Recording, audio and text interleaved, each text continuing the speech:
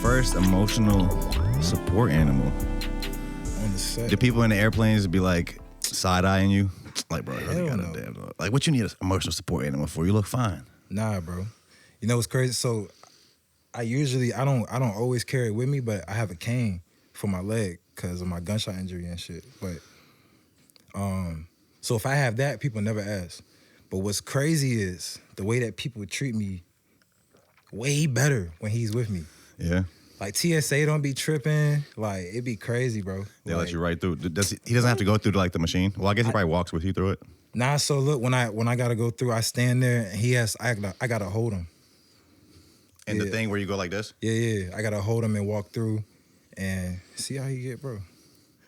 And then whenever I walk through, I gotta hold him and everything. But TSA, they don't be tripping. Like he's very well behaved when we get in there. So my boy done flown to New Orleans. He's flown to Phoenix, Arizona. He's flown to Tampa Bay, Florida, New York, Louisville, Kentucky.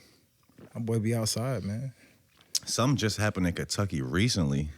What's that? Oh wait, no, I'm lying. I'm thinking of Kentucky because I was going through your posts and it was like you got arrested in Kentucky, bro, at the Breonna Taylor protest. So that's why I think it was you and like 86 other people. Yeah, Louisville 87 is what they call us, bro. We spent 2 days in jail, and it was crazy because that was in 2020. So everybody was outside for real, but like I was probably still like peak pandemic. Is that what you're trying to say? Sure. Yeah. So for us being in jail at that time, and the way that they treated us, like I think it was probably like 18 hours that we spent underneath the jail. What do you mean underneath? So when we got locked up, they had us. Because I also just not to cut the story out, but so for people that are listening, you went to a protest, Breonna Taylor protest. I think it was at one of the cops' houses. It was the Attorney General. The Attorney General. Cameron. Okay. Yeah. Okay. Clown. So they put y'all. You say you see this, Daniel. 18 hours under the jail. So look, so when we got there, at this point, when we got to Louisville, we had just came straight from. Damn. I should fucking up. There you go. All right, we lit. We good. Yeah, okay. We had just came straight from Minneapolis, so we had spent 2-3 weeks out there, me and some of my team, in Minneapolis with George Floyd, the uprisings, and some of the NAACP and Leslie Redmond, who was leading the charge out there. So the time we spent there, we just kind of kept going with that momentum. And when we went to Louisville, it wasn't just we just going out there and protesting and fucking shit up. Like, it was way bigger than that. It was about making sure that we had the qualitative data to take back to the communities, because a lot of people have emotional responses that are real to the police brutality and the systematic racism and social injustice that are happening. But how do we take this and turn it into numbers? Because that's what was some of that data? So, for instance, we know that people don't trust the police, especially people that live in the black community, especially a lot of times. So a lot of that's based on rapport. These are the things. So when I went to school and studied sociology, I didn't think that I was going to be turning that into something that helped in this way. But when I went out there, I had just finished running for office, and I was like, probably like a week into figuring out like, how do I just go and take a break? Because running a campaign is crazy work. What campaign did you run? I ran for school board in Newport News, the Central District, back in 2020. Okay. Right during the pandemic too. So during this time, I bring that up because I was planning on taking a break, and when everything popped off and escalated in Minneapolis, I just went out there instead and took everything that I could as far as the knowledge and information and figured out a way to build on that. So taking the data that we are gathering, whether it was through interviews, talking to people, we spending time with people who were patrolling the black businesses and black neighborhoods, I should say, to protect them, because we had white supremacists and different people going out there and just terrorizing shit. So figuring out how do we abolish the police if that's what people want, but figure out a way to still prioritize public safety. I mean, for real, I guess that's really not what people want though, right? We need police. We need good police. We need law enforcement. We need law enforcement. So I don't know if like no police is a fucking answer, but yeah. Yeah, like we need law enforcement if that comes to police, but we need just laws, right? Like we need laws that actually advocate for the people in positions that are impacted by them. So when you talk about like political hegemony and shit like that, like that's literally what we're seeing is that there's lawmakers and legislators who are making laws and creating laws and policies, and they're never actually at risk of the consequences for violating these laws because they're not living in the circumstances. It's not making excuses because a lot of people will say that, oh, well, you see some of the resources that go to certain communities or should be going there, people call them handouts or feel like people are handing certain shit and they just throw it away, but that's not the case. So even when we talk about the uprisings and everything that we saw in Louisville, it was just another product of obviously what we've been experiencing for decades. And you saw even with Breonna Taylor, it wasn't getting the same type of attention. So even for me, I'm like, all right, how do I go in and not just stir shit up, be a part of a photo op, and go back to the crib? That's what a lot of people are doing. So almost like protesting for clout. It's crazy. As dumb as that sounds. It happens, yo. Yeah. It happens it happens here too. It happens here too. Like, more than people know. There's a lot of stories that I could tell, and if people were there, they already know. But this shit happens everywhere, and so that's when you start thinking about, like, what is it about being in the movement or being in a space where you're supposed to be uplifting and protecting people where there's clout chasing involved, right? And I don't know what the fuck that's about. That's probably just human nature. You probably always gonna come across that. People that just want the attention, people that just want, and also people just want to be involved in a group. Like no matter what it is, like pick a cause, any cause. You feel good being a part of something that's bigger than yourself. But then also like there's a lot of people that you might be an outcast, and then you might find this like weird group, this weird niche group that does, I don't know, whatever it is. And it's like nobody else accepts you, but it's like these people will. So now that's part of what brings you there too, just wanting to be a part of a group, period. Right? Yeah. I think even with that though, it has to come a point where every point of the movement in history, we've had people who infiltrate it and make it something it's not. Right? You hear about like provocateurs, people that will go to literally like, well, some people say they're hired by the FBI, but they'll go to protests and act like they're just a regular protester, stir up drama, start causing mayhem to what was a peaceful protest. It's crazy. Louisville, Kentucky, it happened there. Like, rest in peace, like David McAtee. Like, there's other people that, my boy Travis, like, there was people that we still believe were killed during that time. Like, that's why I keep going back. So, when I started VIP, you know what I'm saying, Violence Intervention and Prevention, it wasn't to make it a worldwide thing, and you know, it was to make sure that people had the advocacy and the mentorship and the counseling they needed, right? But we realized we need that everywhere. So even when we brought that to Louisville, it was like seeing firsthand that there were people who would go in and infiltrate these movements, be hired by whatever capacity. If we can't prove it, it don't exist. What do you mean by if you can't prove it? Like, we know these things happen, right?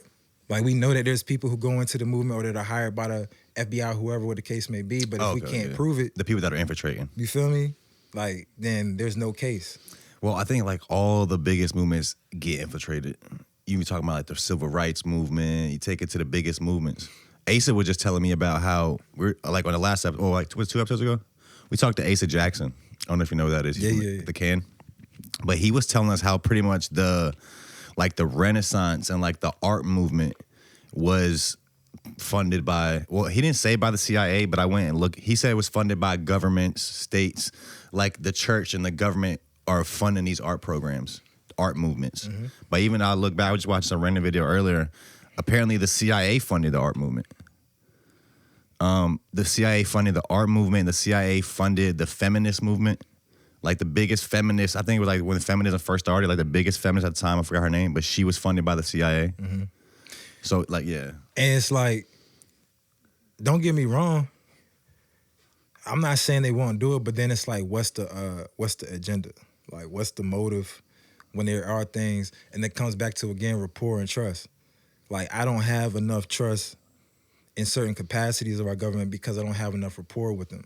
You know what I'm saying? That was the main reason that I even got into politics, so to speak. And then I learned that the goal for me is not to be a politician, it's to be a legislative leader. Like, I believe there's a big difference.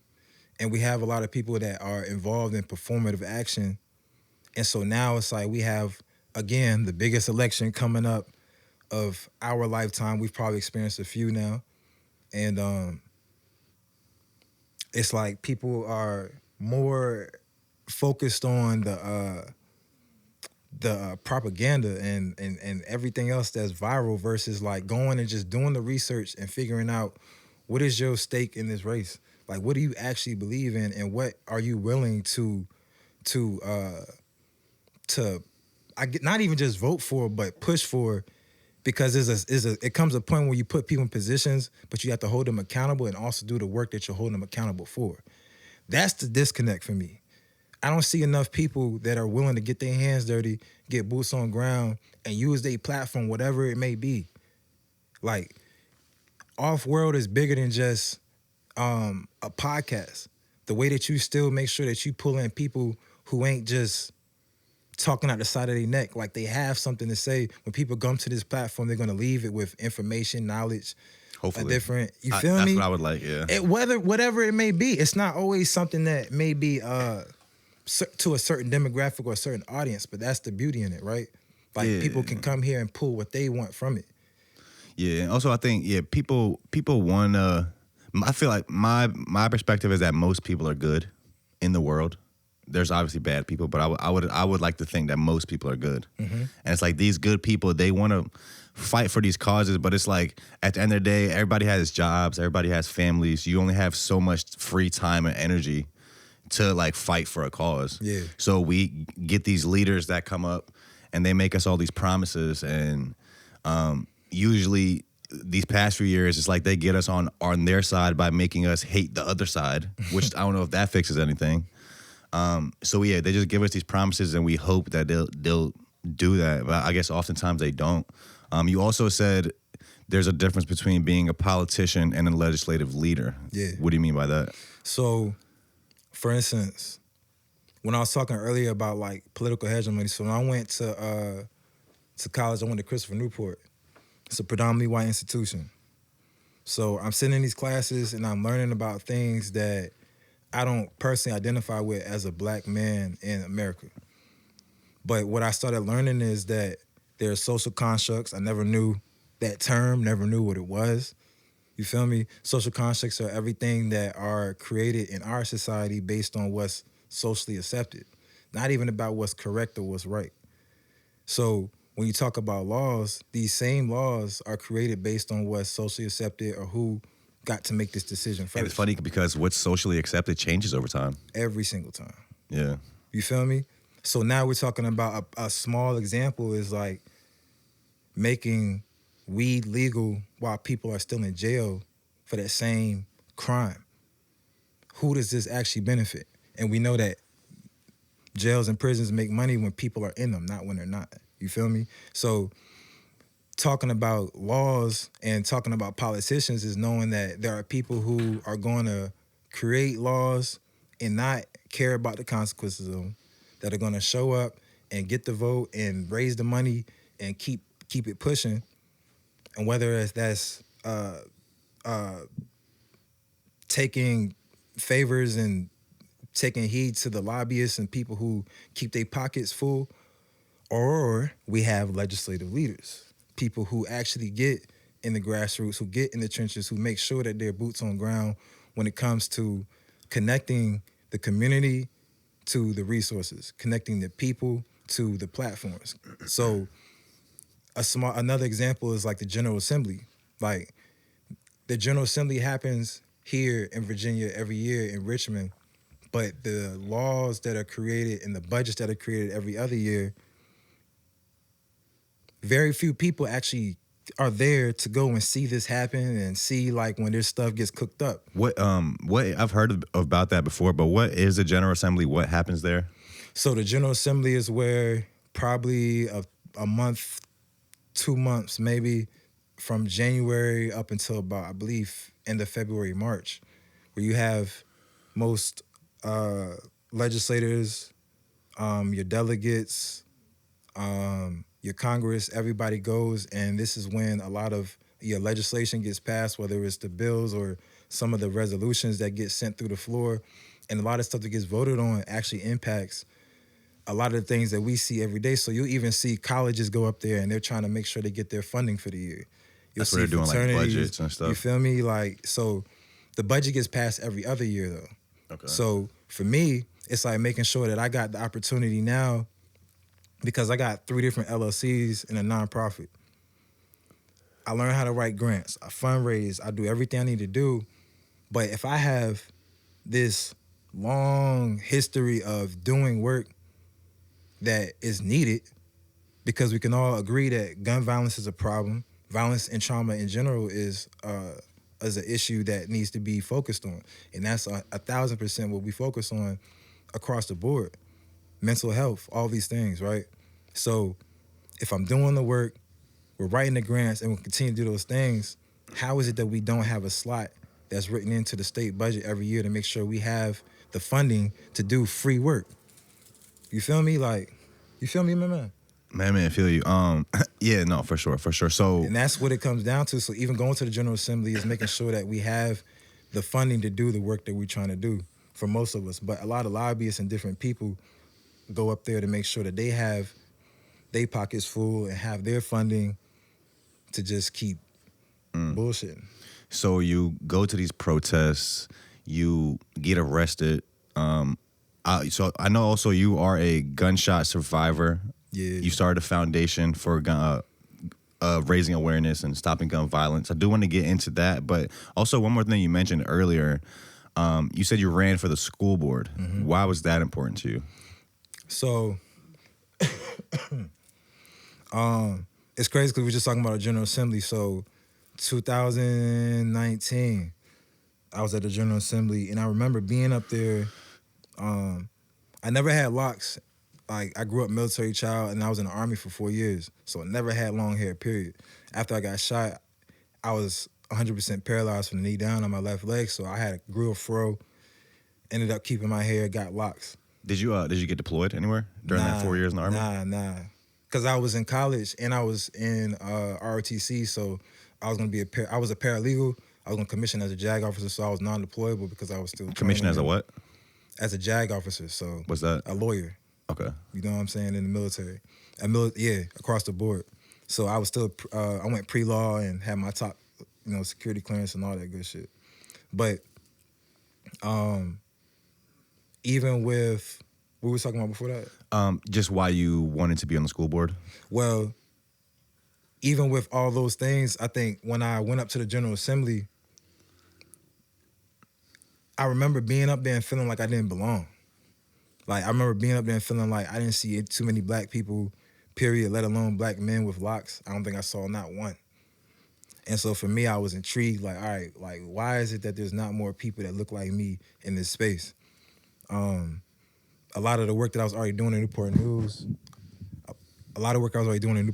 was involved with different politicians and different people and elected officials. So I'm like, all right, I feel like I could do this, but there was a big part of it, I had a chip on my shoulder. I'm like, I'm tired of hearing excuses.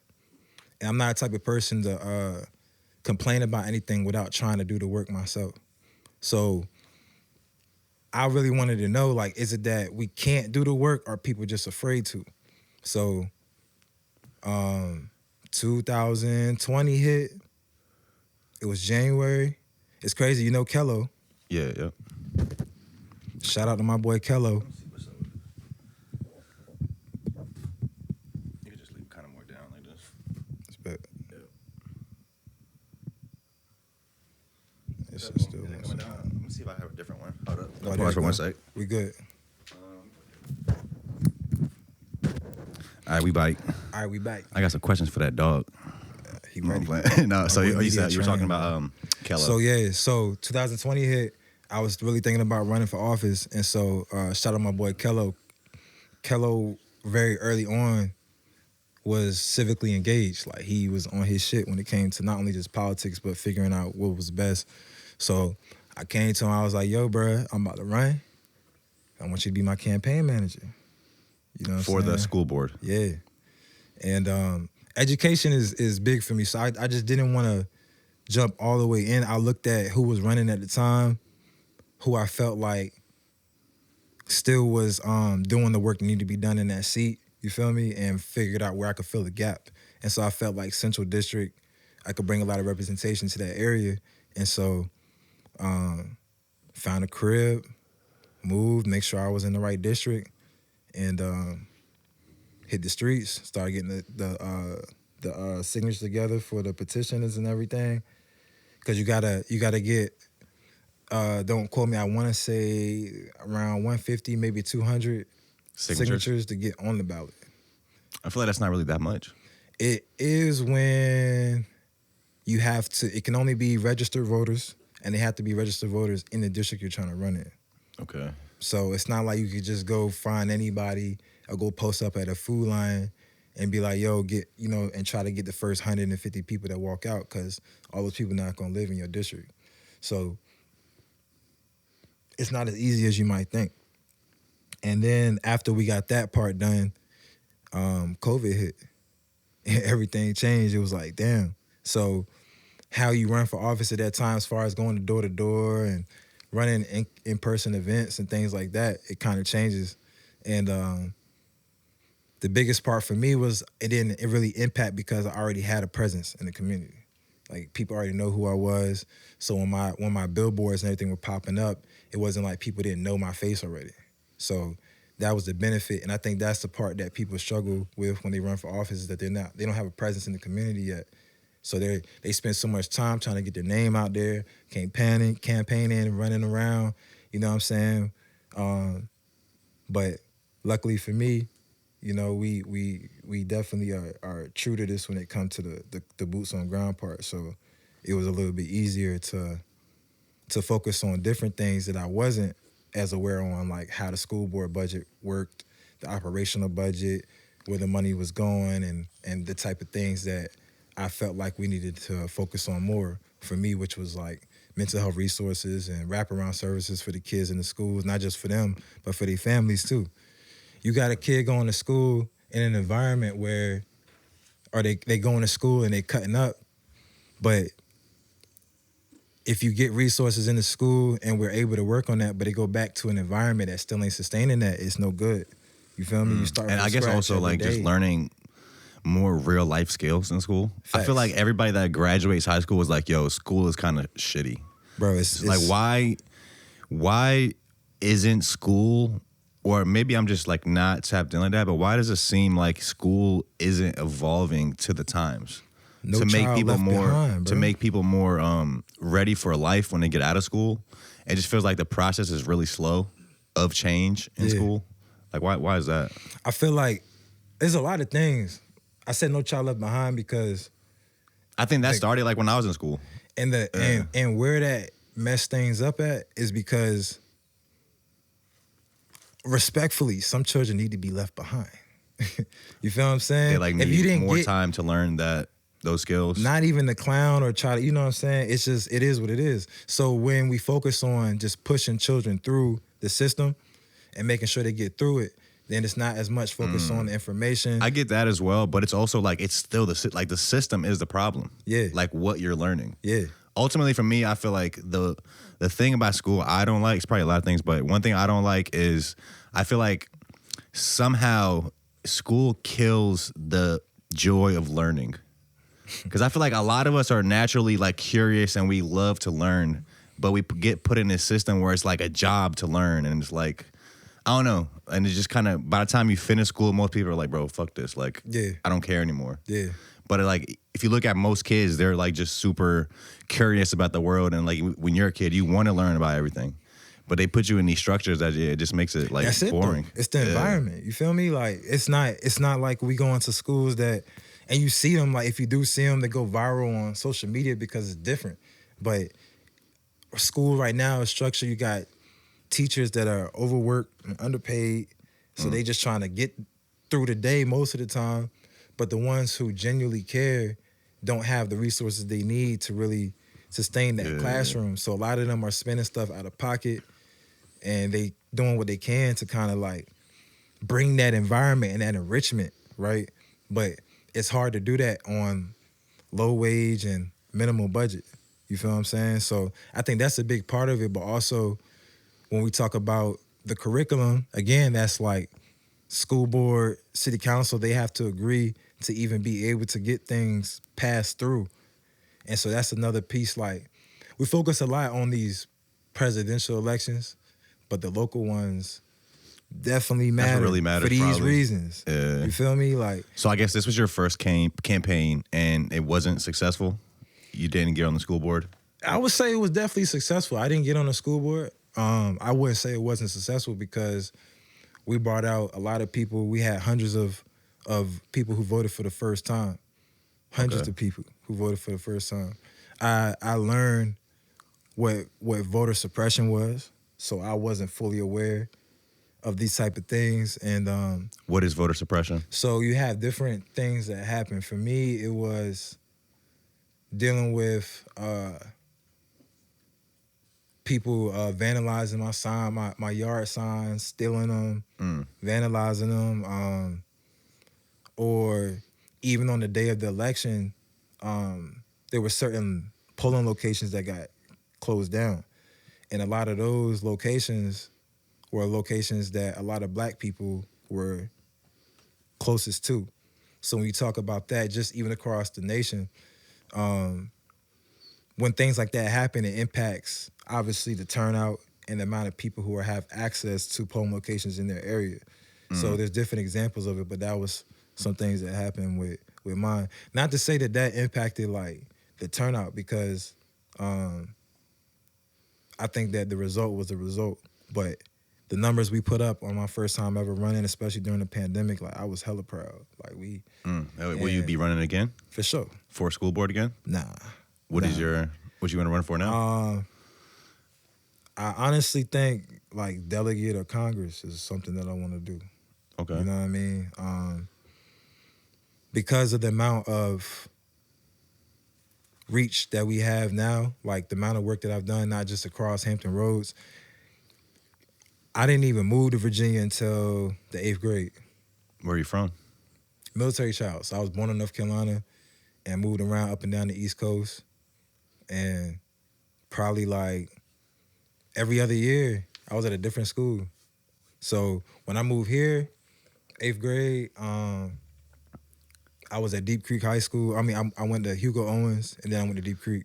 What's that, Virginia Beach? Now it's Chesapeake. Okay. Yeah. So by the time I got out there, and then I ended up in Newport News because of when I went to Christopher Newport. And that was in 2009, and I've been on this side ever since. So you've been in VA then since 8th grade? Mm-hmm. And what I learned very quickly is, like, the 7-5 is big, but it's small. You feel me? Like, I feel like there's a lot of cities that could be consolidated. I know would be controversial because of the history of a lot of cities. It's pretty much all cities. One city, one big. If you really, you know what I'm saying, if you really want to look at it like that. The borders are right there. It's like New York. You got all the boroughs, but it's New York City. Exactly. That's kind of how I look at it. Exactly. The 757. So that's why I'm like, even for me, I started making sure that we did a lot of our work in other areas, because I'm like, there's not one city that we can stay in and just be confined to. So even... Hey, yo. He like, bro, let me get on the mic. What you got to say, bro? I got some questions for that dog. Man. What you got to say, dog? Oh, no, he want to act like he ain't got shit to say. That's crazy. But yeah. See. Come here. Don't jump down. Come here, man. Come here. That's cool, bro. He ain't got to say nothing. He nervous. All right. He was talking up a storm before the show. I know, right? What you got to say, bro? He was smelling the Plan Bs. I was like, bro, I was getting some ass. He be outside, man. Lady man. Yeah, let him breathe on there a little bit. That's crazy, bro. Sneeze in my face. That shit crazy. I feel like I was telling Karen before the show, I feel like Dave Skylar. You seen the interview with I forgot both of their names, Seth Rogen and James Franco, where they like go interview the North Korean president. Oh, for sure. Yeah. I've been saying this and I've been hearing this for a while, but it's like, I don't know if it's true. I never looked it up, but I think when that movie came out and North Korea tried to get it like banned, like they almost did or something like that. Bro, I'm almost positive they did. Relax, man.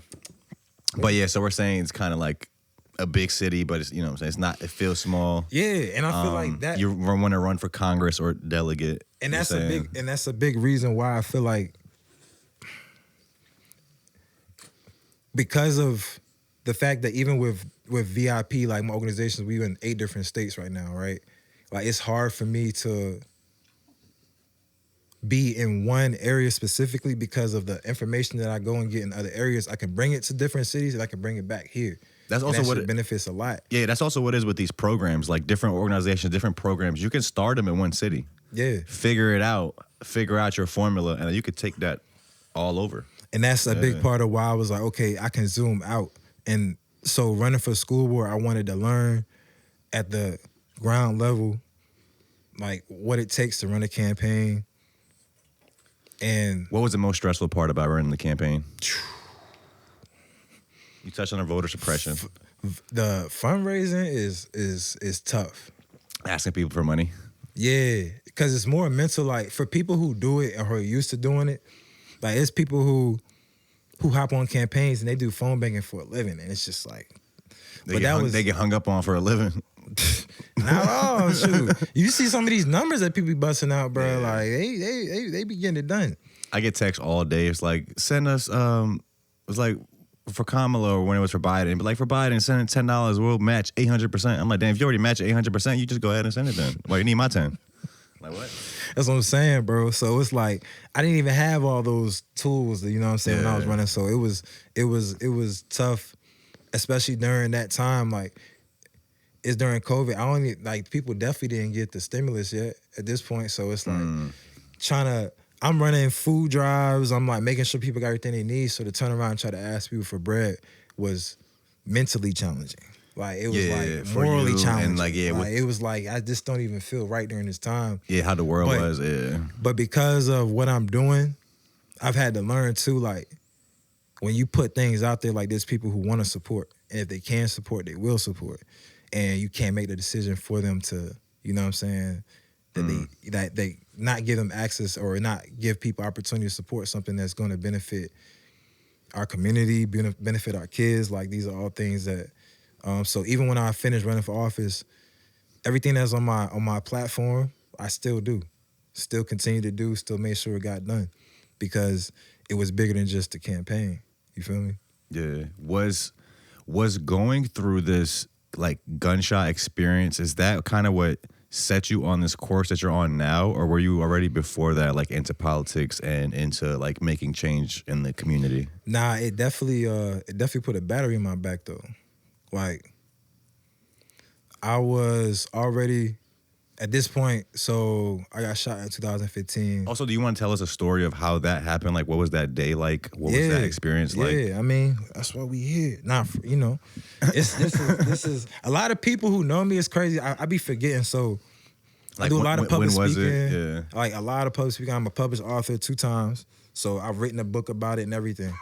But I forget. I went through a space where I'm like, all right, I talk about this shit a lot, so people that heard it already, so I don't talk about it as much. And then I realized I meet a lot of different people who know or don't know the story. Okay. So, November 7th, 2015, me and my boy D Black, shout out my boy D Black, King Koofy, if y'all ain't got that music, go get that. We was leaving Norfolk State homecoming. So it was raining that day too. It was crazy. So we was walking back to the whip to go to his mom's crib. She probably lived like not even 5-10 minutes away from there. So we was about to go change our shoes and go to the next groove or whatever. And we walking down Corporal towards Marshall Avenue. So we're right there by like campus, like the library sign and all that stuff. Like we walked across got right across the street to, like, at the time, we walking, we chilling, you know what I'm saying? We left a tailgate, we drunk, like, you know. So we're not, I know where I'm at, but we're not as observant to the streets and everything like that, like what street we were on. But damn sure knew it was close enough to campus. So we get right across the street, we see dudes standing on the sidewalk, leaning against the fence, gave him a head nod, you know what I'm saying, said what's up. We get probably like a couple steps past him. I just hear the gun clock. Like, so I'm like, look at my boy. He look at me. We turn around.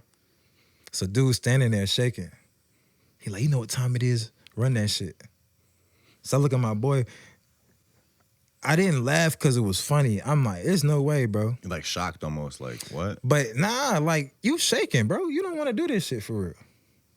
At all. You feel me? Like, and that's literally what's going through my mind. It ain't had nothing to do with like pride, ego, none of that. I'm like, bro, you visibly don't want to do what you doing, bro. What's up? You shaking with the gang. It's two of us, yeah, but we about 10 feet away at this point. You feel me? So I literally asked him because of it. I'm like, bro, like, what you doing? Like, you trying to be hard? Like, you need this bread. He like, nah, I need this bread. I need this bread. I'm like, bro, we just left a free tailgate. You feel what I'm saying? Like, I ain't got no bread on me. I'm like, Black, how much bread you got on you? He had like $2, bro. Threw it on the ground. So turn back to bro. I'm like, bro, you doing this over $2? $2, like, ain't no way, bro. So I threw my card. I had debit cards, threw it on the ground, whatever. So at this point, he getting closer. And he looking down and everything. I'm like, bro, that's all I got. Like, by the time you get this to the store, I'm going to cancel this, bro. You feel what I'm saying? Like, You said that? Yeah, bro. Like, I feel like you're already saying too much. Yeah. people say that, and this is why, again, even with the work that I do now, bro, like, your program response, like, you can say all day what you would do in a situation. If you really thought that you was about to get shot in your face, you think you would be absolutely quiet? Well, I actually have had a gun pulled on me twice, and I was pretty quiet. Like, thank God I didn't get shot. I got robbed twice. But I kind of was just like, bro, like, take that. It's all you. Yeah. I'm not being confrontational whatsoever. And I think that's, first and foremost, bro, I'm sorry you even had to experience that, because that's just it's not, as much as people have normalized it, it's not normal, bro. I feel like I would just like almost like surprised, like this is, it's just out the blue. It's just like, and I don't think it wasn't that I wasn't surprised or I wasn't afraid. I was genuinely curious. Yeah. Like, I don't want it to be confused or like, you know what I'm saying? Like, to come off like we was trying to be hard. Like, I was genuinely confused and had genuine questions. Genuine questions that I wanted answers to. I get, like, obviously the power in silence, especially in certain these situations, but it wasn't something that I felt like escalated the outcome any more than it did. So you guys throw your stuff on the ground. You're like, I'll cancel it before I get to the store. Because what I say after that is, bro, I'm telling him that I'm gonna cancel by the time you get to the store. I was like, but if you knew who I was or what I do, I help people like you and me every day, bro. Like, I would still take you to the store, bro. You know what I'm saying? But I'm not helping nobody with a gun in my face. That's dead. That was the fool, you know what I'm saying? It wasn't just like, bro, I'm gonna cancel that shit, you out back. Nah, like, this isn't, if you actually ask a question, you trying to be hard, you need this bread, you say you need this bread, you're gonna get none out of this. But here's an alternate solution. You feel me? At that point, he's closer to us because now he's patting my pocket. So it's crazy because I had my phone in my hand when all this is going on. So when he's patting my boy pocket, I literally had my phone in my hand and I just threw it on the ground. And so he go to pat my pockets and he's like, and I'm like, yeah, bro, we really ain't got shit, bro. I'm trying to tell you. I'm like, bro, like, I'll still take you to the store, but you got to put the gun up, bro. I'm not helping nobody with a gun in my face. Was he like a kid, like another student, or was he like a grown man? Nah, he probably was like couple years younger than us. So he probably like wasn't a student. I couldn't tell you, bro. Okay, but yeah. I wouldn't say he wasn't a student. Like, you got people that come over state that's from New York and everywhere, you feel me? Like, but he looked about like y'all's age. Maybe, definitely younger. Definitely look younger, but I mean, okay. I look younger than I am too, so I don't know. Okay. But no mask is the point. You just out here, you feel me? Like, that's why I really felt like it was a last minute decision. I don't know. But by the time he stepped back after checking our pockets and realized we ain't had nothing else, that was when things kind of escalated. Because I feel like at that point he realized not only he not get shit, but you ain't got no mask on, like, we face to face. But I also felt like it was pride because he was just kind of like, it seemed like he was more so mad that we wasn't afraid. So that's why I said I absolutely get what you mean by, you know, just not only just being silenced, but I remember him looking at us and stepping back like, yeah, like, and when I told him, like, yeah, I'll still take it to Blase Blah, he was like, y'all trying to be funny, Blase Blah. So I had 2 gold chains on. Definitely not like this. It's the buy back the block chain. You know what I'm saying? Go get y'all one of these. But I had on 2 gold necklaces. And I remember when he stepped back, he was like, y'all trying to be funny? Well, take them chains off too. So at this point, when he stepped back, I'm like, nah, bro, like you ain't even trying, like you don't even want nothing out of this at this point. Like you real life just don't want nothing out of this. Like the actual solution I gave in my mind was the Valley one. So at this point, I got angry. I'm like, nah, I'm real life done with all this. And the whole point, all the way up until that point, it's 2 of us. It's me and my best friend. So I'm like, if I do anything to pop off, to try to take this gun, it ain't got nothing to do with the military training, but at the same time, it's You're like putting both of y'all at risk. Boom. I do anything that I think that would have been the right thing to do and that gun go off, it's on me. So that's the only thing at this point where I'm like, all right, let me try to be. But when he stepped back and said that, I'm just like, nah, bro. Like, we already tried to tell you. I remember turning to my boy, but I'm like, bro, go. Just go. Because at this point, I'm about to try to take this shit. And by the time I'm talking about this point right here, all this happened probably within 2-3 seconds. By the time I turned to him, told him to go, of course he ain't budged. But he looking back at me, his eyes started getting big. And by the time I look back, bro was just backpedaling down the street, just shooting. So I'm like, ain't no way. Ain't no way. Like I'm hearing it going off. And it's crazy because even when I see the gun, I'm thinking it's like a deuce or something. That joint start going off. I'm like, oh nah. Oh nah. And I'm seeing him running, but I'm like, adrenaline, I don't know. I'm like, nah, he really shooting. Like, he really shooting. I turn back to my boy. I see my boy Black falling forward. He just got hit. So I'm like, so then I go to turn, and I look down, and I got shot in my thigh. So I go to turn, but all I feel, I can't even explain it. Like I said, I think it was adrenaline at first, because it's like one of those type situations. You know when you were a kid and you get hurt, but you don't really feel the pain until you see the blood? Yeah, for sure. So I'm still in the point where I ain't see the blood yet. So I'm realizing like we are getting shot at. I just got hit. Are y'all running? Are y'all standing No, we still standing there. Like we still standing. Like I said, by the time I turned to him, he's already backpedaling, running and just shooting. So this is all still happened within a matter of seconds. Me realizing we just got shot. I'm seeing my boy falling forward. I'm looking down. And I'm realizing I got hit, but I'm not realizing I got shot. Like, if that makes sense. So by the time my boy falls forward, he falls forward on my legs. I fall back because I'm leaning on the fence. And I'm like, yo, like, and I look down, I'm like, damn, I can't move my leg. Like, this nigga really did just shoot us. So I'm leaning on the fence. He leaning on my legs. I'm like, yo, he really just shot us, bro. He like, just go down, bro. Just go down. So I fall on my butt like this, and I'm sitting there on my legs straight, you know what I'm saying? And my boy Black is like literally like on my ankles. So I'm like, I'm sitting there. I'm like, nah, bro, ain't no way. Like, ain't no way, dog. Like, ain't no way. Like, I'm mind blown. Now I'm even more tight than I already was. Like, if I had just took that shit, like, we would have been good. You feel me? That's all that's going through my head. So I'm like, Black. So he not answering me. So I'm like, what the fuck? So I look down, and in my lap, I just got a whole pool of blood. So that's when all the pain kicked in. Was he unconscious? He was going into shock. Okay. So I'm looking down at the blood in my lap. He's going to shock. That's why he wasn't really responding to me. But I hear him breathing. And he's still holding on to my legs, though. You feel me? So I'm like, I'm looking down, and it's way, like, I'm talking about, I ain't never seen this much blood. So I got hit in my thigh, but it came out I got hit in my hip, but it came out my inner thigh. So being in the military too, you know, your secondary job is a combat life service. So you know pretty much anatomy of your body.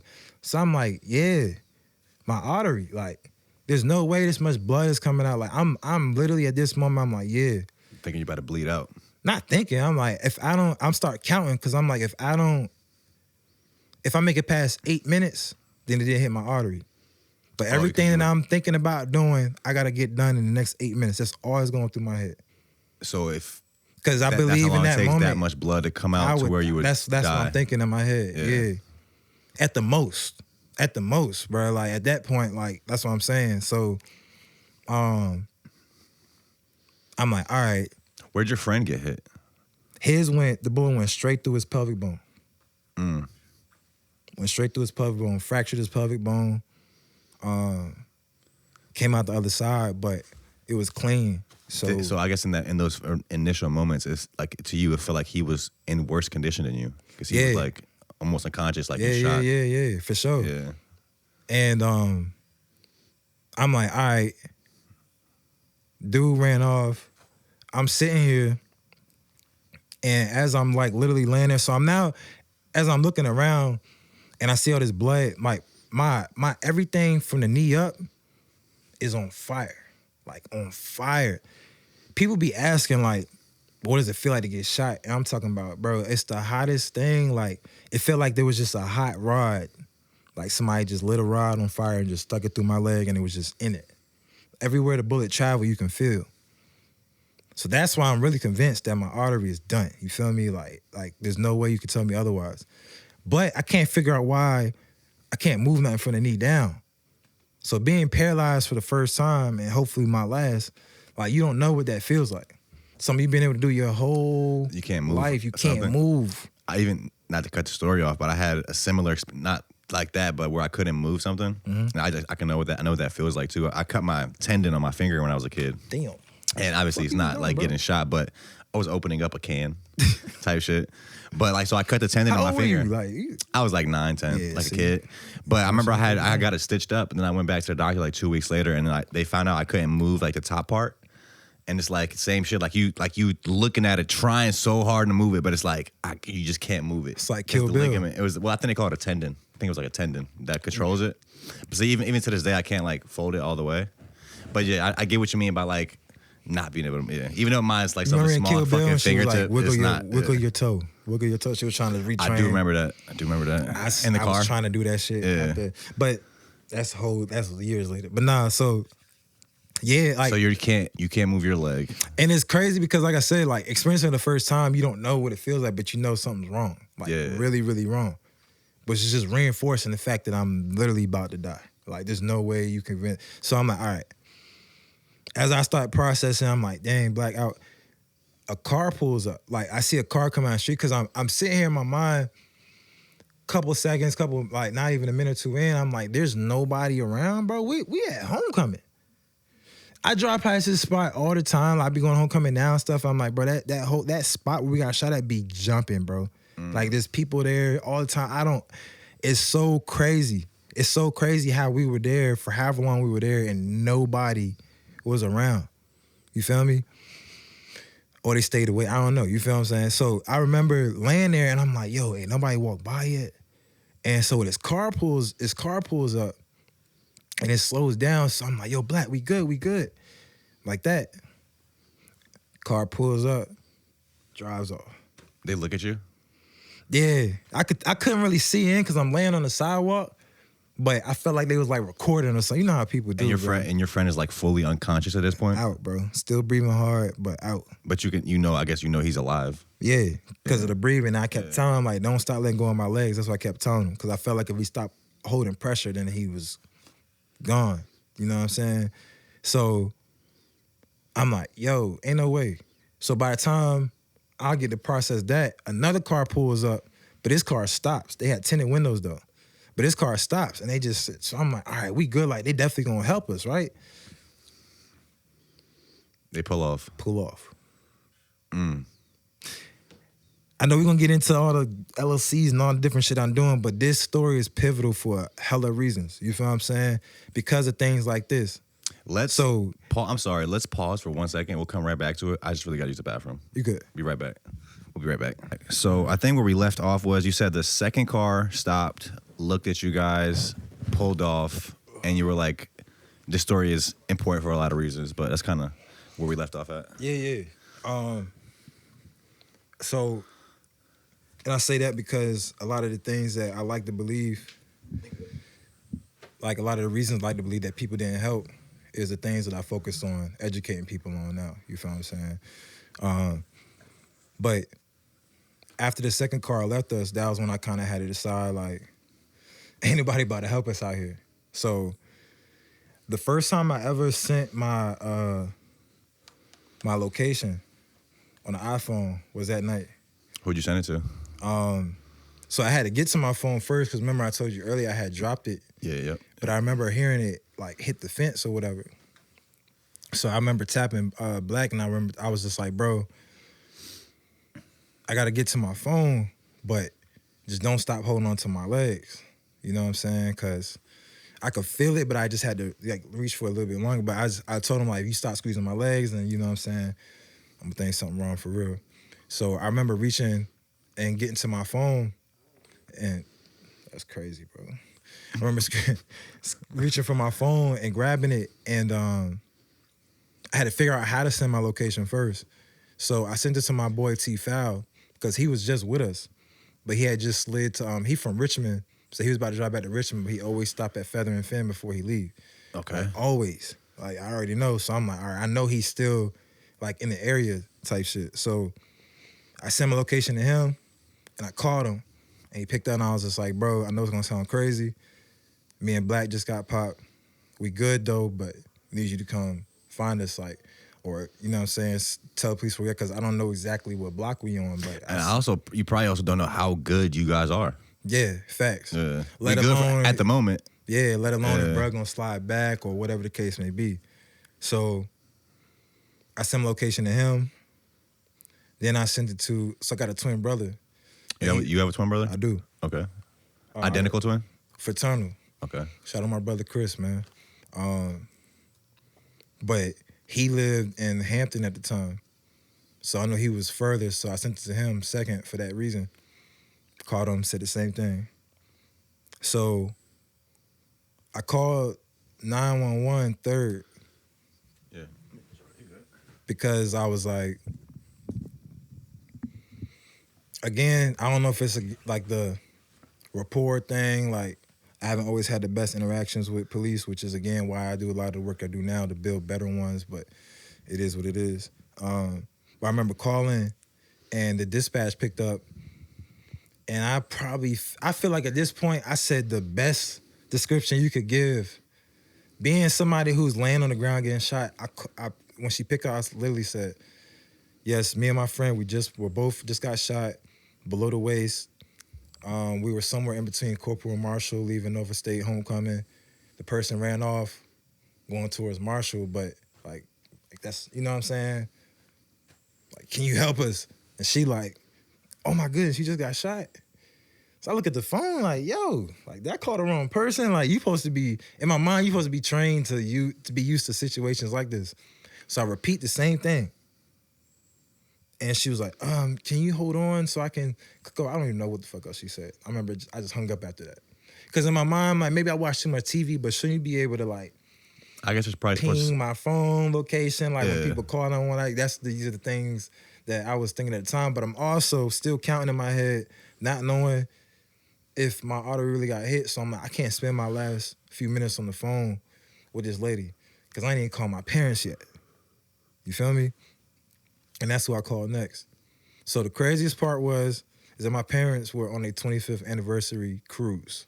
Wow. They was, so they flew like to Hawaii, I think, and took a cruise from there. So I had to call my pops on FaceTime audio. So I called my pops. I'm like, yo, Pops, I need to talk to you real quick. He like, yo. So my pops called me Killer Cam. So he like, yo, Killer, hold on. Let me put you on FaceTime. Let me show you. Because I guess he was in the room trying to show me, you know what I'm saying, the balcony, whatever. I'm like, hold on, Pops, hold on. I need to talk to you. So I remember telling him like, yo, and I'm controlling my breathing while I'm talking to him. I remember telling him like, yeah, me and D Black just got shot. D Black was one of my roommates in college, so my parents know him very well. So so I'm telling him like, yeah, me and D Black, we just got shot. We're leaving upstate homecoming, but we good though. I could hear the police sirens and the ambulance sirens now. Like, Could you really hear him, or you were just trying to hell no. keep him? Yeah. Him and me. But I'm like, I don't know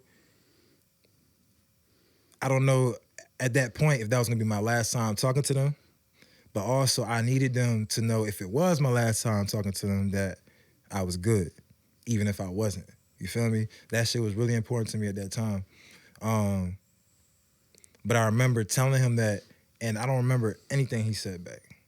I was so focused on how much pain I was in and trying not to let him hear it in my voice. So I remember saying that to him. I remember telling him that I already sent my location to my brother and that he was on the way. And I remember hanging on the phone after that. And I laid back. And I was just like, damn. So at this point, I want to say like 8 minutes, 10 minutes had passed. So I'm like, I guess I'm not going to bleed out. But at this point, I'm laying there and I don't know if anybody's going to help us, what's going on. And I look back and I see everything around me is mad dark. But I just see this like light from a lady. She's sitting on her porch, like a couple houses down, sitting there smoking a cigarette. That's all I see is like the cherry. Yeah, the cherry from her cigarette butt. So I'm like, and she yells down to us. She like, "Are y'all okay?" I'm like, "Nah, we just got shot." And as I'm yelling to her, like my everything hurting, like, you know what I'm saying? So I'm using energy, but I'm like, "Nah, we just got shot." She like, "Y'all need me to call somebody?" She was just watching the whole time? Bro, I have no idea, bro. Questions that need answers. Like, I lay back down at this point, I'm like, yeah, bro. So when people talk about your life flashing before your eyes, I think at this point, I experienced some of that, but I also just started feeling like, damn, you start seeing all the things that you did wrong in your life. And I was like, if I die, this is because I deserved it. That's how I felt at that moment. Really? For sure. Because how does one, not two, but three people not spring into action? You feel what I'm saying? In my mind, this is how I'm feeling at that moment. Like several people had opportunities to help us and they didn't. So do I deserve the help that I'm requesting right now? That's how you feel. That's how I felt. So we talk about survivor's remorse and all the other things. It's like, I have a constant reminder every day because I still sleep with a boot on my leg. I'm still partially paralyzed from knee down. I can't run. I can't play sports like I used to. You feel what I'm saying? Like I can't do anything that I've been able to do my whole life. So every day I have a constant reminder of what happened that day. No matter how positive I am or no matter how much I try to, work through it, like that's always gonna be there. So early on, it took time to get to where I'm at now. Early on, it's pure anger. Wait, so what happened after the lady said something? I lay back down and I'm laying there like, like I said, like all these things are going through my head. But probably like not even a minute or two later, I hear a group of people like at the end of the block. So I hear them, but they kind of mad far. So I hear them, but I'm like, I don't even know if they walk in this direction. I kind of look up, I can't see nobody.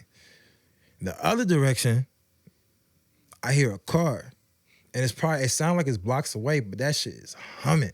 Like you can hear it like coming. So in my mind, I'm like, yeah, that's probably bro coming back. The guy that shot you guys? Yeah, I'm realizing in my mind, like, if it's not my boy T Foul that I called first, it's probably bro spinning back. Or maybe the cops. Cop car. I ain't hear no sirens. Yeah. So I'm like, nah. So at that point, I'm like, so I lay back down. I lay back down, like, yeah, like, I don't know what's up. So I'm laying there. So as the car's getting closer, the voices get closer, and when I realized that they like literally are right there, I hear them like, oh shit, like da-da-da-da-da, like y'all good. But then I realized the car done stopped, and it's my boy, T Foul. The first person you called. Yeah. Shout out to my boy T Foul, man. And that for him probably had to be highly traumatic. You feel what I'm saying? To see people that he's known for too long laying there on the ground, you feel what I'm saying, bleeding out. So everything after that kind of got blurry. And I remember by the time the ambulance and the medics got there, I want to say the police followed my boy T Foul. That's how fast he was driving, like whole time. He probably called them when he got off the phone with you. I hope so, bro. Did you ask him that later? I never did. I need to ask him that. Because whole time my mom, like, yeah, like they pulled up at the same time as him. But when the medics got out, I'm sitting on the ground. They rolled D Black over, and I'm talking to him like, yeah, bro, we're gonna be good. We're gonna be good, Black. We're gonna be good. So the medics are. I got so much blood in my lap that they are looking like they're trying to turn me, and they're looking, and they keep asking me like, "You sure you only got shot one time? You sure you only got shot one time?" They're looking for other wounds, and I'm like, "Yeah, I mean, I only feel, you know what I'm saying?" And the way I keep asking me, they're like, "It's so much blood, like we can't tell, so we just want to make sure." So I'm like, "Yeah, like I'm pretty sure it's only one." So I'm laying there, I'm talking them through everything. So I remember a medic asking me, he like, "Yo, are you ex-military?" I was like, "Why you asking me that, bro?" And he was like, "Yo, you mad calm right now. Like if I just got shot, I'd be crying like a little bitch." That's exactly what he said. And I remember looking at him, I was like, "Bro, I'm too mad to cry right now. Like way too mad. And I'm in way too much pain." I feel like I was past that threshold. Like it was past, like if any tears gonna come out, it was just pure anger. And when the medics started getting us in the ambulance, I remember I think my dad had called back, and I was passing the phone, and I was telling him like, "Yeah, I'm in the ambulance now. We're gonna be good. We're gonna be good." And craziest thing, we get to Norfolk General. So we roll in. Everything to me still not really hitting me like this really happened. Like this can't be real. You feel me? Like, this can't be real. So we roll into the ER, and my boy D Black, his girlfriend at the time, she was a trauma nurse in the ER at Norfolk General. That's his wife now. When we roll in, and I'm like, it feel like an episode of I don't even know, some type of medical show or whatever. Like you rolling in and you just seeing all the lights and stuff, and you on the bed. And I remember right before I go into the ER, I open my eyes and I look up and I see her. I see his wife. And the look that she had on her face, looking down at me, I was like, damn, this shit really real. Like, it's really real. And I remember going into the ER and they operating. I still don't know why I can't move my leg from the knee down and why I got all this blood from the knee up. They put a sheet up and they operating. I'm asking questions. Nobody's answering me. So at this point, I'm like, either I'm dead or they just are ignoring me. And that whole process from there, shout out to the nurses and the trauma surgeons and everybody else, because how they handle people in the hospital when you get shot is crazy, bro. Crazy work. And there's a reason why people get out and retaliate. There's a reason why people don't accept the help that's handed to them sometimes in the hospital, because every single person, not every single person, but certain people who interacted with us automatically had already painted a label on us, because every single person that comes through that trauma room at that point says that they're innocent or they didn't do nothing wrong. So they have this, they're numb to what they're doing.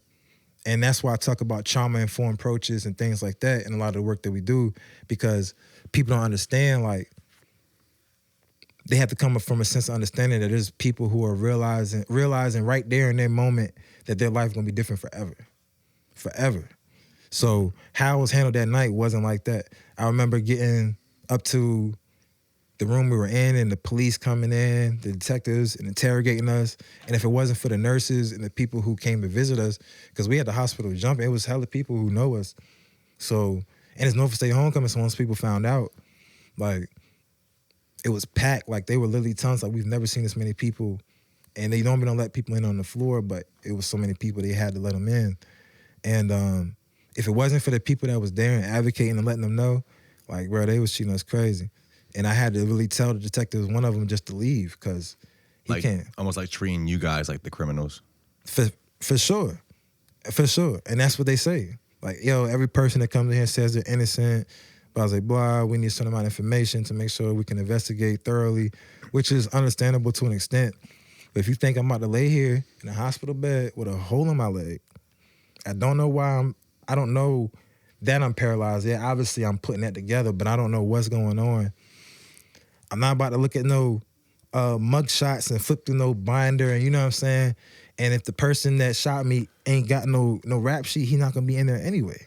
You feel me? So it's so much that you gotta go through in those moments, and they've worked on those things now, and I even do work with the hospitals in Centera and Riverside, and even help support some of the programs they've created to kind of be that buffer for people, because that's where we see this gun violence being a public health crisis. There's a lot of things that can be prevented before it happens.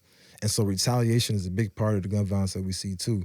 So that's why I was saying earlier, like, there were so many different things that happened during the night that we got shot where I could have just went a different way. I will never, ever, ever blame a person. I'm going to always hold them accountable, but I'll never blame a person for the anger that they feel when it comes to gun violence. I know exactly what that shit feel like. What?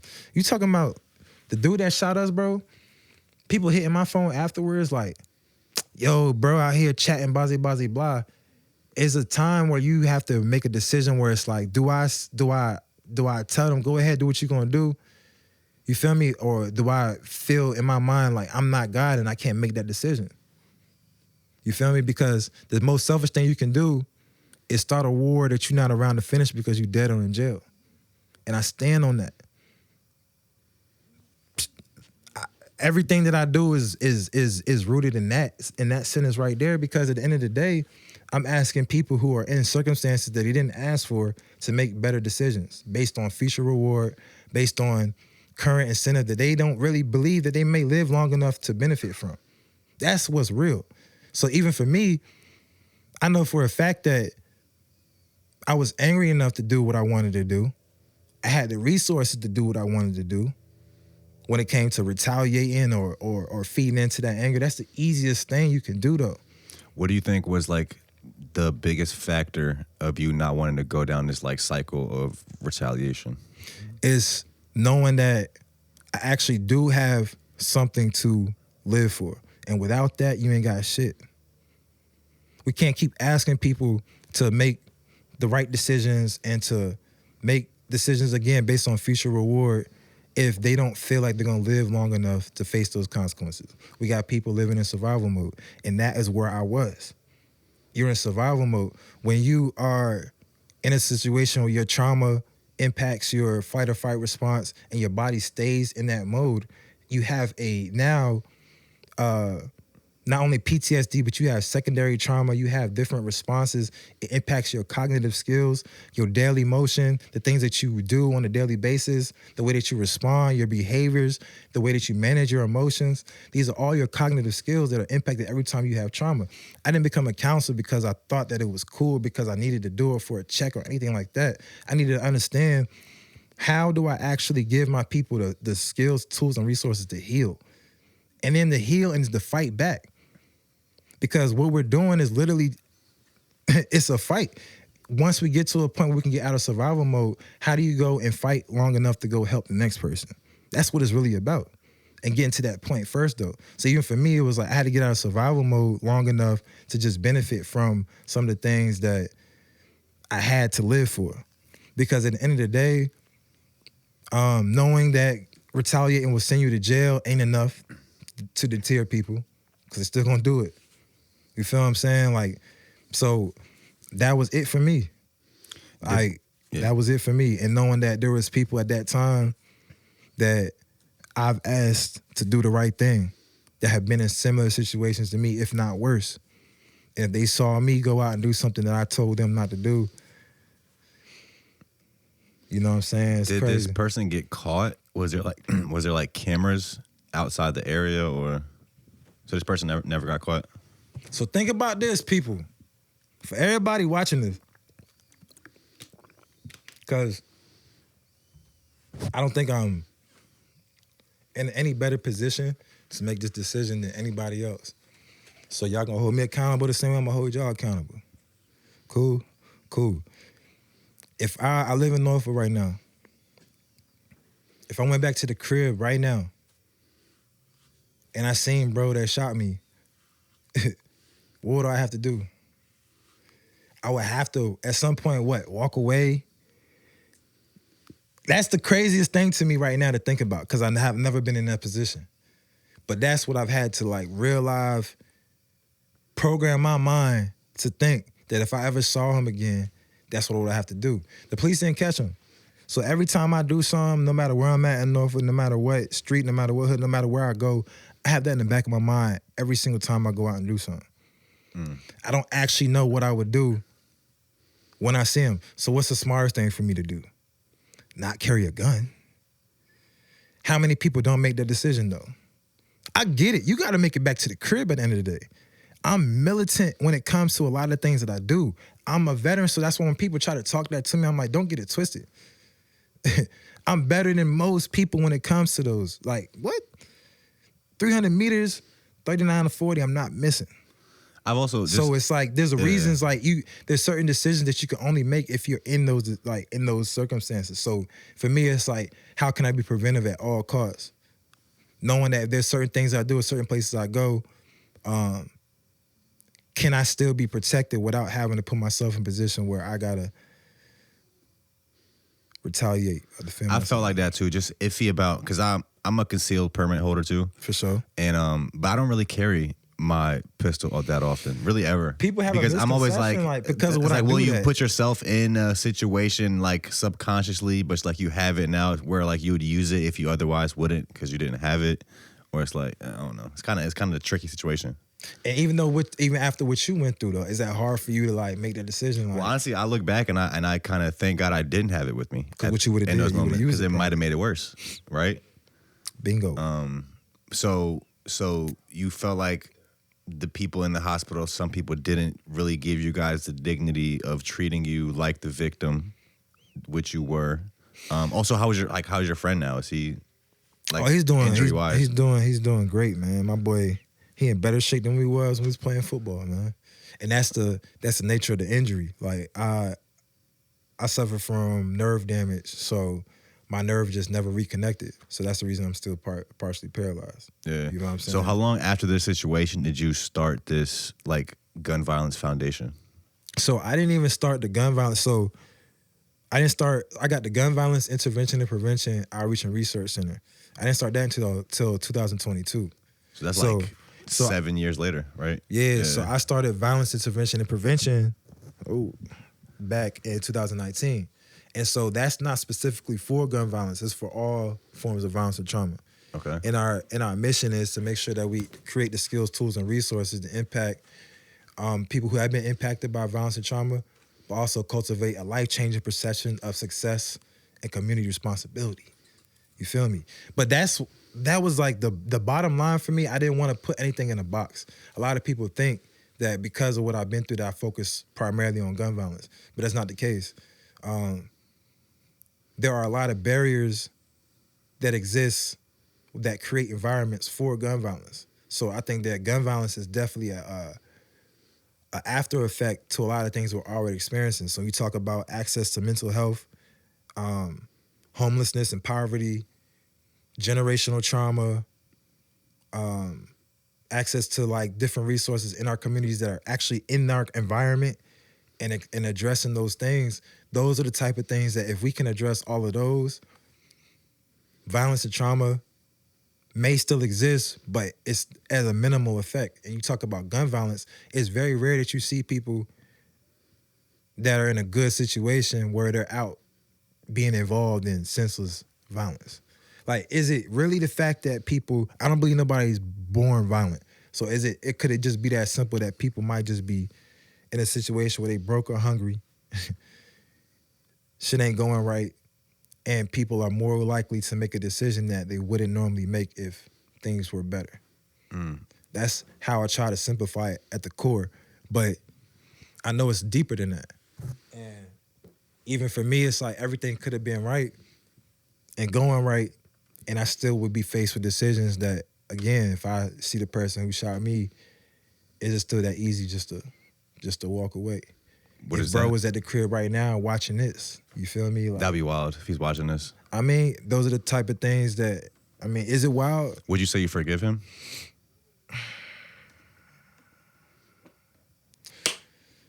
I think I wouldn't know until I see him. Like if he apologized to you?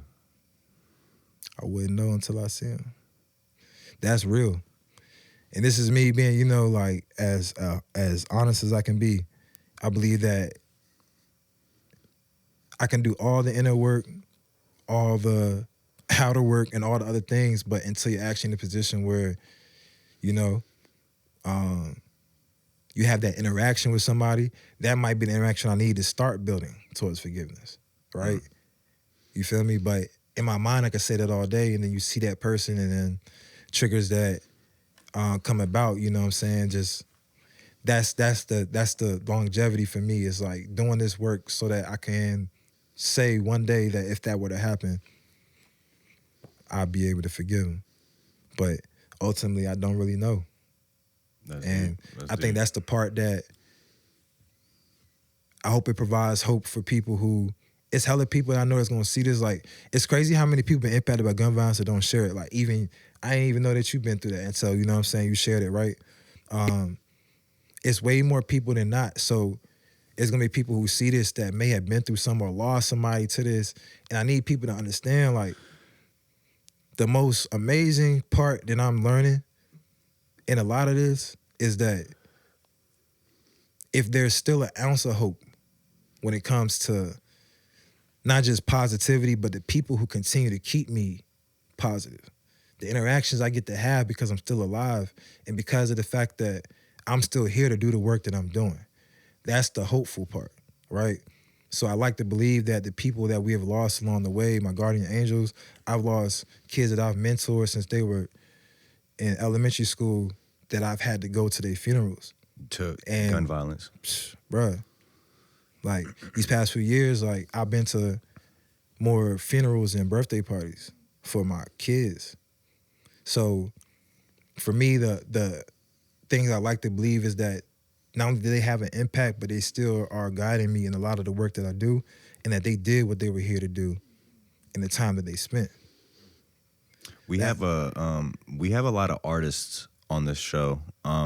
How much of a factor do you think it is, like, if kids look up to artists or rappers that seems like glorify these things? Now, obviously, that's not the whole impact. There's a lot of factors here, but do you think Facts. that plays? And I think that's the big part for me is like, it definitely has an impact, right? But you can listen to something all day, and once you take them headphones off, if you're in an environment that's bringing you right back to your center, where it's like, I can't even really repeat the words I'm listening to because my mama gonna pop my mouth, or you know what I'm saying? It'd be the little things like that. But also for some people, they live through this music, but they also understand the art of storytelling. I think that's where, like, it gets iffy because there are people who have already experienced what they're listening to. Like, and they find comfort in knowing that, okay, I'm not the only person that went through this. I'm not the only person going through this. And for some people, it is that healing component. That's what some people can't identify with. If you've never been through shit, you thinking this music is just that. And then you deal with the people who make music about things they never went through or never experienced. I'm also just really talking about the peer pressure aspect, because I remember being in school and doing certain crazy things because of my peers.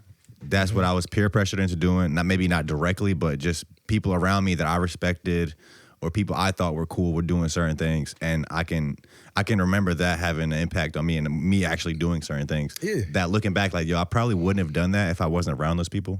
Yeah. Right. And that's the basis. A lot that I learned being sociologist is that people learn through interaction, right? Like, so what you're saying is true. People learn through interaction, so what you interact with the most is going to be what comes out in your everyday means, whether it's in your front stage, because there's a lot of things we talk about impression management. So even with some of the things that we do, right, it's just certain things, no matter how much we wild out, there's just certain things you just wouldn't do in front of certain people, no matter what. No matter what it is, there's still that one person, for most people, I can't say everybody, but for most people, there's still that one person where it's like, all right, if I do this in front of them, even if I do it, I know there's going to be consequences. You feel me? Or you might have like respect for, like, if you get like drunk with all your friend group, but you have this one friend that doesn't drink, she's like, I'm not going to drink around him. Yeah. He might look at me like, you know what I mean? It could be that simple, you feel me? But on the other end, like, I remember in high school, I went to Deep Creek, so a lot of my close friends, a lot of the parties we used to go to was out Camelot. House parties, like shout out my boy Fat Cat, like best parties in the city, in the 7-5 at the time. Like Camelot, people going to Janelle's, all that stuff. Isn't there a Camelot strip club? Or is that something different? I don't know. The strip club used to be close to there was Purple Rain. That's the one everybody used to go to out Deep Creek. If you know, you know. But I gotta find out about that one. I don't know if it's still open, my boy. But nah, like, see, look, you got me distracted. I go into the parties out Camelot. Yeah, and I remember being there, and it was certain things that even our big homies was not letting. At that time, it's probably like my freshman, sophomore year. So, yeah, my sophomore year for sure. Because at this point, I'm playing sports. Junior year, I started getting recruited. So for a lot of the people that was still in school, or even ones that dropped out, like, if they knew you was even on that trajectory to go and be out of that area, like, and go on beyond school, they wasn't having it. Like, I vividly remember being in parties and being like, damn, like, I might go ahead and just hit this blunt real quick. Like, we ain't got practice tomorrow.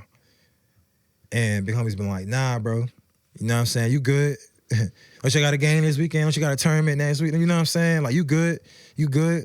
And it was things like that. Like, I don't see that as much no more. Like, I don't see that as much even with our younger generation, where it's like, you can still be in the same environment and be around people who are doing things that they wouldn't let you do. Like, there's still power in that. You feel what I'm saying? And that may seem hypocritical to a lot of people, but there's things that come with age. And there's things that come with experience. You feel me? So, like, I remember that for me, peer pressure is a real thing, but who are your peers? You feel me? Like, those are the type of things that some of my homies, like, even when we would get into stuff, we knew, like, it couldn't go but so far.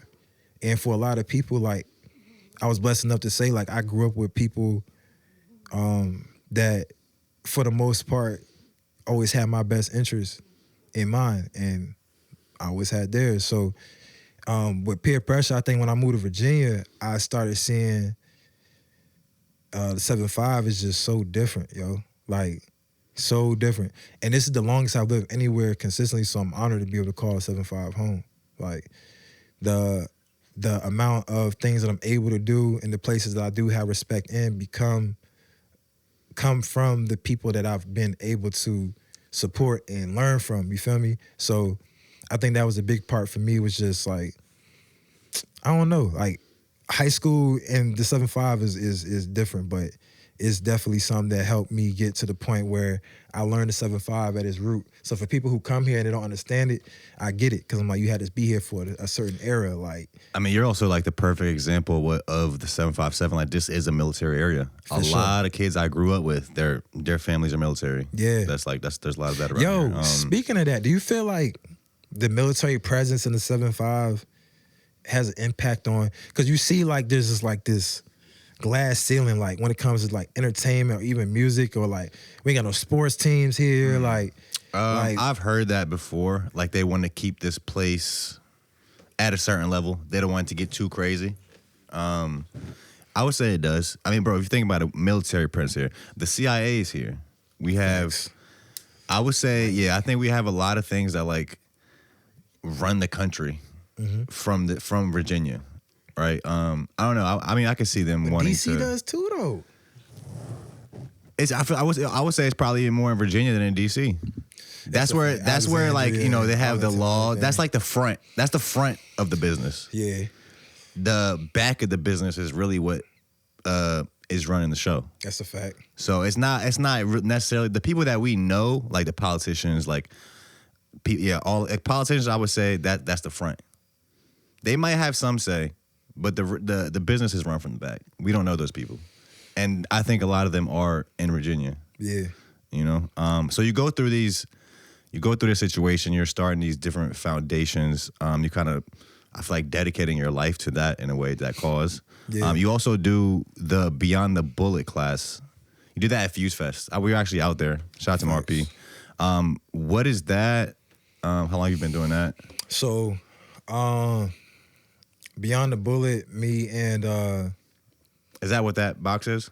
yeah. So this is actually a Beyond the Bullet bleeding control kit. So when we were talking about even legislation earlier, like these are the things that I feel like should be everywhere. We have fire extinguishers and everywhere else. But it's crazy. We've been doing this for a couple of years now. But I've been doing Stop the Bleed since I was in the military.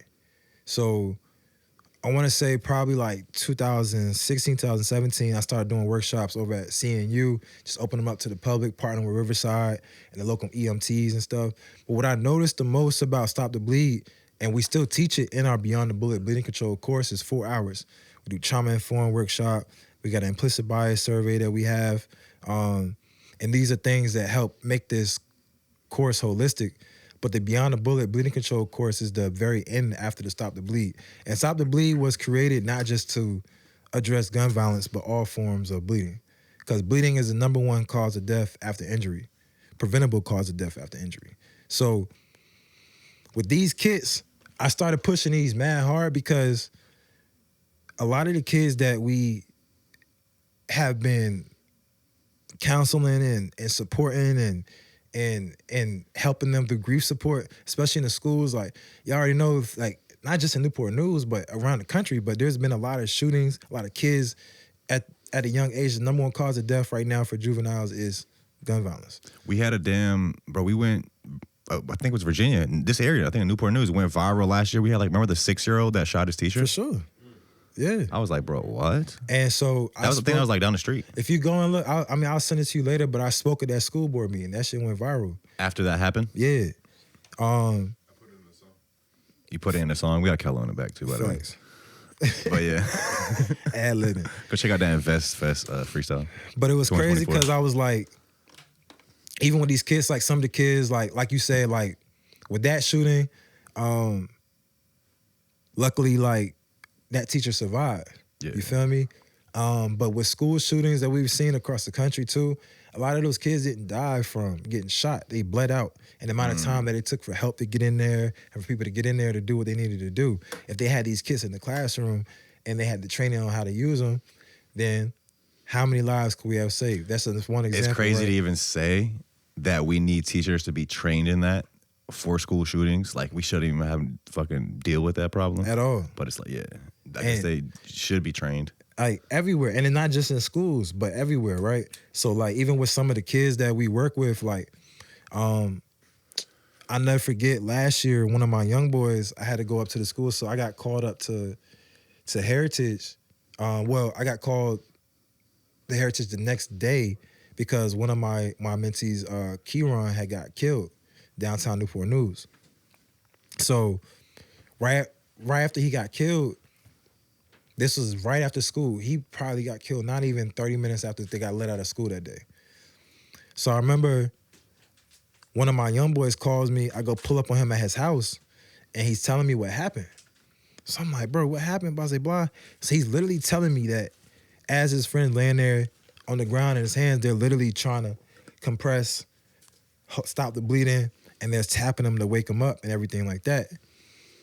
And to this day, I know they still experience that pain and that grief, but I remember showing them and talking to him about these kids and telling him about this training. And I remember asking him, like, yo, did you know any of these things that I just told you about bleeding and where to apply a tourniquet and how long to compress and how to make a chest seal out of saran wrap and tape, and to make sure that it's vented and open on the side closest to the ground, and to make sure that if you pack the gauze, to make sure that you pack it all the way down and apply enough pressure, like, you know, all these different things, right? Not superficial pressure, because it's not a. So these are all things we like you What learn do you in mean this by class. superficial pressure? So superficial pressure is literally just skin level. You feel what I'm saying? Like Like, just kind of not that hard. right. So for anybody that is under 225 pounds, you need to apply 5 to 10 pounds of pressure. So that's pretty much your full body weight. You feel what I'm saying? Like, and you hold that until the medics get there.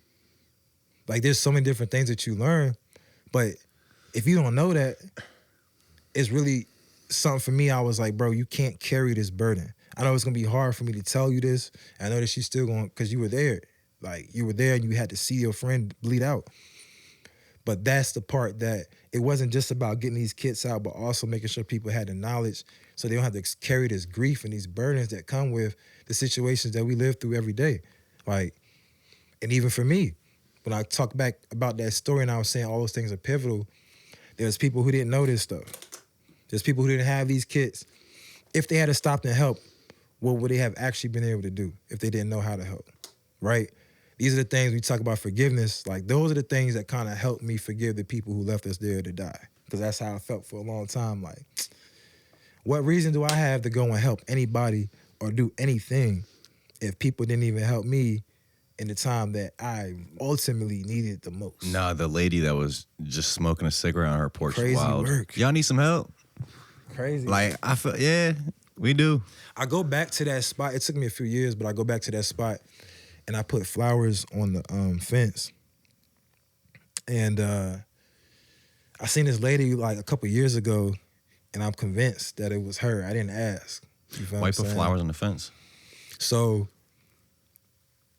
that day for me, November 7th, is always like, as much as I'll be like, man, I'll probably end up forgetting it, like, you don't forget it.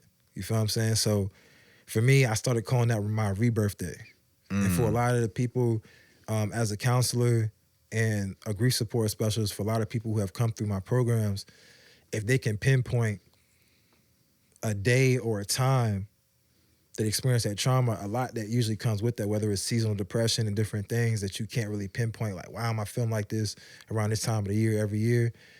That was a lot of that for me. So my rebirth day came from trying to honor the part of myself that died that day, but also the part of me that was reborn. So with the flowers, I put those down at different spots to honor our survivors too. So for me, it's like going back and honoring the piece of me that, you know, survived that day, and trying to face my trauma for real. Cause like I said, like, it took a long time to go back to that block for real. So I feel I gain a little bit more power back every time I go back. Cameron, that's powerful. Is there anything else you want to say? Anything else you want to add? Anything else you want to leave the people with? Are you like teaching these Beyond the Bullet courses like regularly somewhere? Can people come to it? Like, how do they find that? So people can email me endgunviolence.va@gmail.com to sign up and get information on how to sign up for the course. I think that in the long run, like I said, getting the government funded to make sure that people don't even have to pay for these courses anymore is a big piece. But we've already been able to train even the Justice Department down in North Carolina, the Public Health Department in Richmond, and then a lot of grassroots organizations here in the 7-5. So even in the Newport News, the street outreach teams that's been boots on ground. They in a lot of different neighborhoods in Newport News. So I trained all of them, and they got 10 different kits. So for a lot of people that's down in those neighborhoods, if they are having to respond to a shooting, I was able to train them as lifesavers to make sure that they can be in position to do something. You know what I mean? And that's probably like the most powerful thing that I feel I could do to honor our survivors and people that we have lost along the way. So buy back the block. Our merchandise has always been a way that we've been able to fund the motion, fund the movement, because I will never charge our people for mentorship, counseling, or advocacy. I think that should always be free. And for the past 5 years that I've been self-employed, we've always been able to keep it that way. And that's a big thing for me as a serial entrepreneur, shout out to anybody who's getting into starting their own business or thinking about becoming self-employed. I saw that in your post too. Called yourself a serial entrepreneur. Yeah, bro. That's fine. I had to learn. I had to own the title, because when you get called something by somebody else, and it's like, I didn't know I was that. You feel me? Again, what representation can I bring to that space? And so for me, it's like, I got this mantra I created: multiple streams for multiple dreams. So for a lot of people, they feel that they are tied down to these circumstances. And for me, it was like, I wish it didn't take me getting shot to feel like I had to go all in on myself. But when I did, I couldn't even physically work a regular job the way that I was doing it. So doing all this work with the Boys and Girls Club, the field you got kicked off of, I used to run that, bro. It's crazy. On Dresden? Yeah, Dresden Drive. Funny. Shout out to the Hot Block. Bro, we were doing a mini interview out there. Yeah, bro. That's where you ran? Yeah. I used to run that though. So it was I used to be out there a lot in high school. Like a lot of my that friends was were a out there. lot of, so it's crazy. Like I got fired. I know exactly where I'm at. That's the problem. Like, bro, I know where I'm at. Let us chill, bro. That's my vibe. So I did a lot of work out there. I got fired from the Boys and Girls Club, and I was like, man. Yeah, they got a Boys and Girls Club out there. You know what I'm saying? I was like, you know what? I'm about to go ahead. I had done so much at this point, running capital campaigns, fundraising all this bread, doing all this different stuff. So that's when I started my own organization. So Buy Back the Block was a big piece of VIP. It's like the sister arm and the merchandising arm of our movement. So with fundraising and grant writing and, you know what I'm saying, merchandise, we want to keep this movement going. When I launched GVIP, I got my first 6-figure grant that we wrote for, and you know what I mean? I was able to start hiring people and putting people on payroll, and that was the first time that I was able to do that. And the goal is to just keep building. Like, I had a 6-figure capacity for the first time, and I realized now I need 8 to really do what we're doing. So Come on. You know what I mean? I need all y'all, you know. We got to keep this going. But I think at the end of the day, for